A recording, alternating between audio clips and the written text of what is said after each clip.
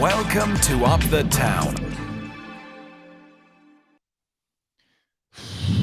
What's going on, everybody? Thanks for joining another episode of Up the Town. This is the Barnet recap reaction show, and I gotta tell you, I'm very disappointed with the way some things have gone down. Just in just kind of the last few minutes, I was a little late. I'm trying to catch up with like some of the news that I'm seeing kind of hit. Phil Parkinson apparently just got a red card. Well, not just, but a couple minutes ago got a red card as well. I'm just trying to kind of look through Twitter right now. So sorry if you guys are watching the live or the video. That's why I'm kind of like looking down. But Parkinson got a red card. He said, "I'm not happy with the role the referee played. That's a soft red card. There's no intent there. And I thought the goalkeeper made a meal of it." Parky, you got a red card, and I think when you see the video, you're going to be really pissed that you went out and got a red card because McFadden, that's a red. It could be a soft red. It could be not a soft red. It really doesn't matter. It's a red. That is a red card all day. He clearly drags the back of his foot, and I don't care what you do when you drag the back of your foot over a goalkeeper's face, you're gonna get called 9 times out of 10. It was a stupid, selfish decision. I don't know how to really. I don't know. I really don't even know how to describe it. I really don't. I'm disgusted. That's all I can say. That was a very, very poor.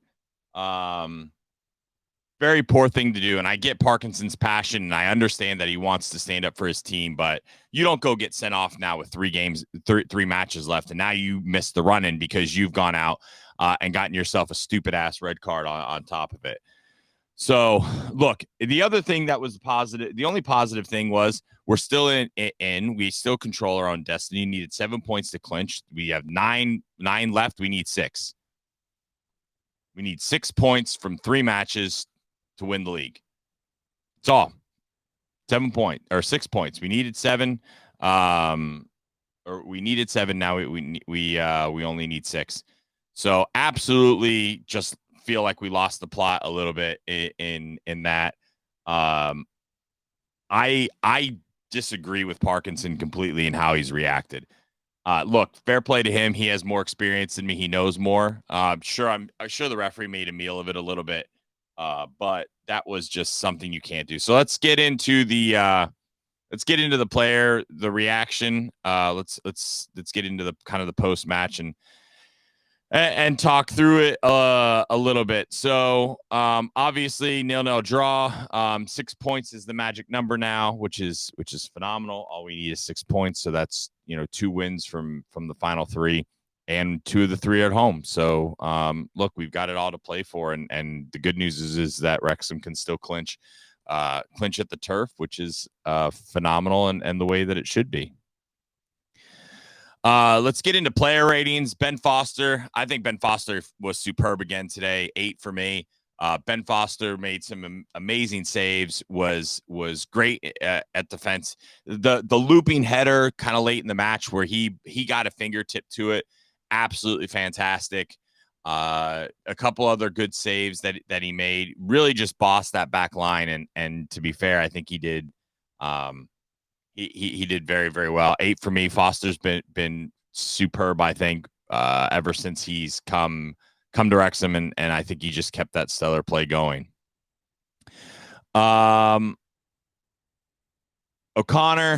7.5. I thought he did fairly well. I think Tom was fine. I didn't see him put too many feet wrong. He wasn't outstanding, but he helped really lock down that defense, which I think was solid especially towards the end. I think it was a solid performance for Tom O'Connor. So 7.5 for me. I don't think there's anything that stood out, good or bad, for him today. So just a kind of solid performance. Ben Tozer, 7.5. had some good throw-ins, some good clearances, was caught out of position a little bit. We weren't killed for it. He did kind of get too high up the pitch a few times, especially after the red card. Nothing crazy. 7.5. I think he was very good, very solid, dealt with some headers, did get back on a few other tries. And yeah,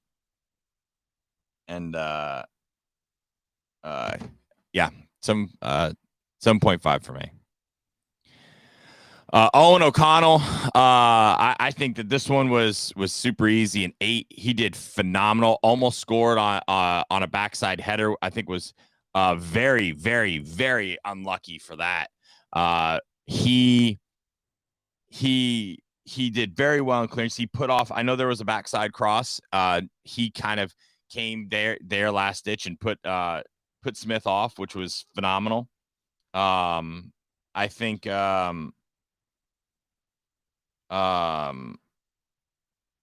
I think that was kind of a great thing that maybe not a lot of people saw. Great in the on clearances, strong on the ball. Another very good performance from him. I think as dreadful as he was against Halifax, he's put in 2 great performances. So 8 for me on for him. Callum McFadden is a 1. And look, you can agree and disagree with the red card all you want. He still got a red card in a pivotal match. The thing that bothers me the most is if you watch his back foot is not natural. You don't run like that and then your foot scraped the ground. There is nobody that runs that way. Nobody runs where they scrape their back foot, their trailing foot. If they're going for a ball, they lunge, that back foot comes up. He puts his down and just drags it. There now, do I necessarily think he meant to kick him in the face? I don't know if he knew where his face was. Maybe he just wanted to nick him a little bit just to kind of give him a little, hey, I'm here. Give him something to think about for the next, for that next ball where he might be going into a challenge and maybe excuse me, tip it away instead of actually grabbing it. I don't give a shit. This is you're going for you are fighting for a title for a promotion that hasn't happened in 15 years. That was a selfish move, as selfish can be. And I think Parkinson is going to regret a little bit that he went off the way he did and got himself sent off after he sees that. Now, he might stick to his guns because I think he has to at this point, but that was a horribly selfish decision to go and do. If I could give him a -10, I would give him a -10. It's awful. Horrendous decision. Look, I have other feelings about this, but I'll keep them to myself. It just was an awful performance for me. Barnet, a 7. I thought in the first half he was lively. He was trying to get up and down the wing, create chances. I think in the second half he tailed off a little bit. There was a run that he made, I think, kind of after the red card. He got it real nice run, cut inside, and I think he just hesitated a little too much. But he was lively. He did well. He got back. He tracked back. He didn't lose his man. So I think that he did a pretty solid job. So a 7 for me, and I think I think that was a fairly well done for Barnet, a solid match. Look, pretty much our entire defense had a phenomenal match. Look, we got a clean sheet against the 3rd best scoring team in the league. On the flip side, we didn't score a goal because we got a stupid ass red card against a team that's 18th best in the league at giving up goals. There's positives and there's detractors in just about anything that you can see. Elliot Lee, 7.5. I think the red card really hurt. He tried to do, sometimes I think he tried to do a little too much, but it never hurt us. He never got out of position, even when he tried to do too much. So I'm not too I'm not killing him on that. Obviously, we didn't score a goal. We didn't set anything up. 7.5. I think he was very solid. Probably one of our better players on the day. But for me, 7.5. Again, another great shift. Lee is just a constant performer and constantly puts in good shifts. And I think it's something that Lee is very, very strong at and look, he's one of our best players for a reason. And I think he showed that today, especially when we went down a man. So 7.5. Andy Cannon, a 5. Look, I'm not very impressed with Andy Cannon. I don't necessarily understand what Phil Parkinson sees in him. He must be training like amazing. I think he's had 3 very average to below average performances over the last 3 games and continues to see the pitch. I don't really understand why he continues to see the pitch. I thought he was a little bit reckless at times on the ball, a little bit loose in possession, out of position a few times. Look, didn't do anything that killed us, but really didn't affect the game in any way. I was surprised that he played. I had heard that he picked up a knock. Mendy was a shock that he wasn't included even in the squad. I had heard nothing about Mendy not being included in the squad up until today, which was very surprising. I thought Cannon might be the one surprise that would get left out, but Cannon keeps on going, and a 5 for me.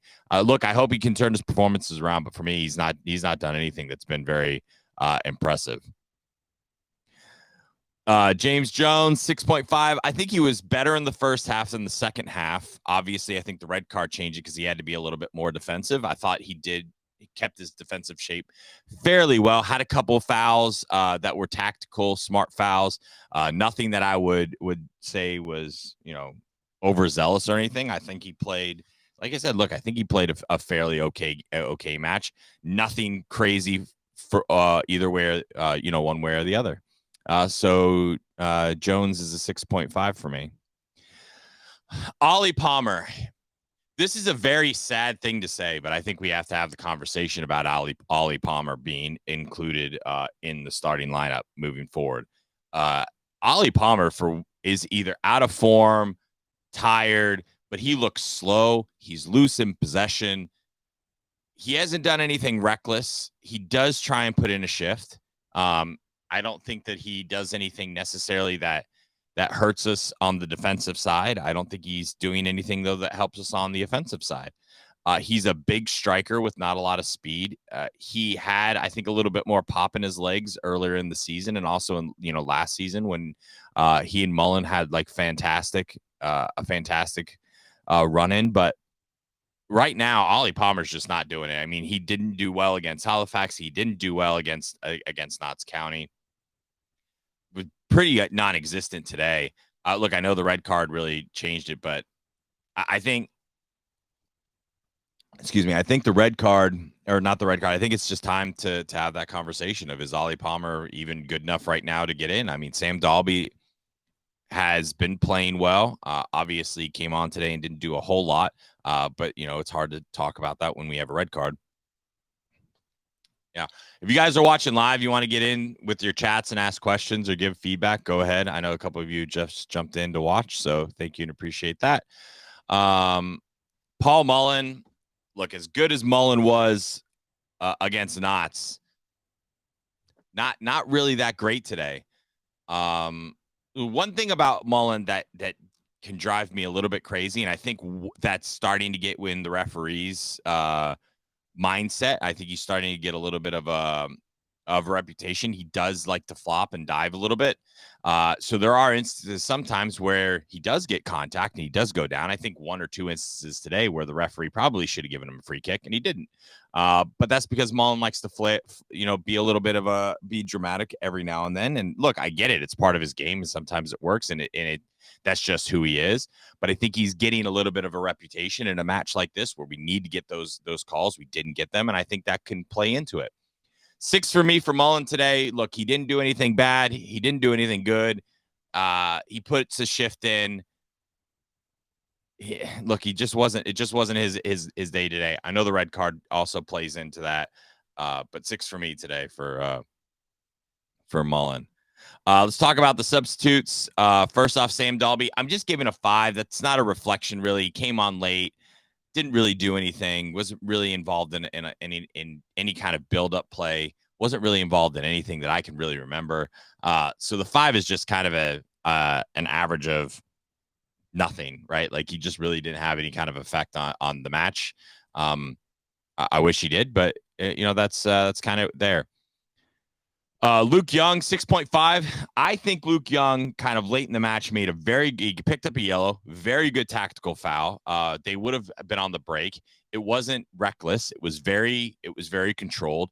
That's an experienced player, understanding the situation and willing to take one for the team right there. He was always in position. I thought he played well. I thought he helped defend well and keep our shape in the midfield. 6.5. Obviously, he didn't have a full match. There was a couple times, where he just wasn't in the match where you really didn't hear much from him. But on the few times that we needed him to do something, he was there. So 6.5 for me for Luke Young in a substitute role. And then Anthony Ford. I don't know why his picture didn't change, but whatever. Anthony Ford 5. I don't remember 40 ever having his name called. So yeah. Parky, this is an interesting one. So I did this before he got a red card. I think if you have to break this up into two instances, I think from a match perspective, 7.5. I think we were not very good in the beginning. I don't think that Parky did a very good job to get the team necessarily either ready or whatever in the first half. In the second half, I think Parkinson did a phenomenal job from a tactical perspective. We were very compact. We were very good. We did go on the attack. We did have a few moments where we threatened the goal, even when we went down. I actually think Wrexham played a little bit better when we went down a man than we actually were at 11v11. I think we were more compact. We kept our shape. We were more disciplined. That's on Parky. He did a phenomenal job. Obviously, Mullen dropped a little bit back to help more in the midfield, which put Ollie Palmer up front. I would have probably brought Dalby on sooner. I think Ollie Palmer being isolated up front wasn't amazing. I don't think that was phenomenal, but look, that it is what it is. Now, the second part of that, you don't go get yourself sent off after the match because listen, as good as you are as a tactician, and now you're not going to be on the sidelines. You're going to be sitting up in the stands, mate. Like, you can't do that with three matches left to get promoted to have your side. Now, I understand you want to spark something. Maybe you think this is tactical, that you're off, and maybe it's win one for the gaffer, but you can't do that in the situation. You cannot do that. Getting sent off in that perspective, to me, especially with how the red card, from McFadden that happened, I think you've got to tone it down. I think you just kind of get sent off. I don't think the ref had that big of a shocker today. I know there's people online right now that are blasting the ref. I know Parky just blasted the ref. I'm not going to join the crew of, I think that the ref had a shocker. I think the ref didn't get a ton wrong. Look, there was some calls he got wrong, some calls, but he got right. But I think in the big moments, I don't think he really got that much wrong. We could talk about the red card all day. I don't think that was necessarily the wrong decision. Look, you can't give the referee, especially at this level, an opportunity to pull a card out. These aren't the best refs in the world. We don't have VAR, but look, to be fair, I think we'd have. I think McFadden gets sent off if we have VAR. I'm just going to be honest. I think he'd set off either way. I think that was a red card, probably. Even if it wasn't initially called, I think it would have been given, and that's the point we have to really look at. And now we're down Parkinson for the run in for a title, and that's not great. Man of the match for me, again, Ben Foster. Look, Ben Foster's get three straight man of the matches for me. Look, last time, obviously Paul Mullen was amazing, but we had to throw in Ben Foster, who's man of the match again. For Halifax, even though we gave up 3 goals, I think none of them was his fault. Ben Foster's played phenomenal. You can tell that this is a Premiership style keeper. His positioning, his reaction time, his how he goes to the ball. The only reason he wasn't necessarily great at times today, but look, I'm not going to nitpick that when you're keeping the ball out of the net. If your distribution's not, a 10 out of 10 for the whole match, I'm not going to sit there and crucify you. So that's kind of the recap. I'm not mad at the result. We came into the match, needed 7 points to win the title, 7 from 12. We got 1. We need 6 from 9 now. 2 of the 3 matches are at home. Phenomenal. We've just got to not lose the plot. I am more nervous now with Parkinson out. I think his presence on the touchline is very big for Wrexham, and this is going to be something that look, we're not making it easy, and Wrexham never do. But this is just, I think we're just kind of shooting ourselves in the foot for no reason to go in. But we go at it again.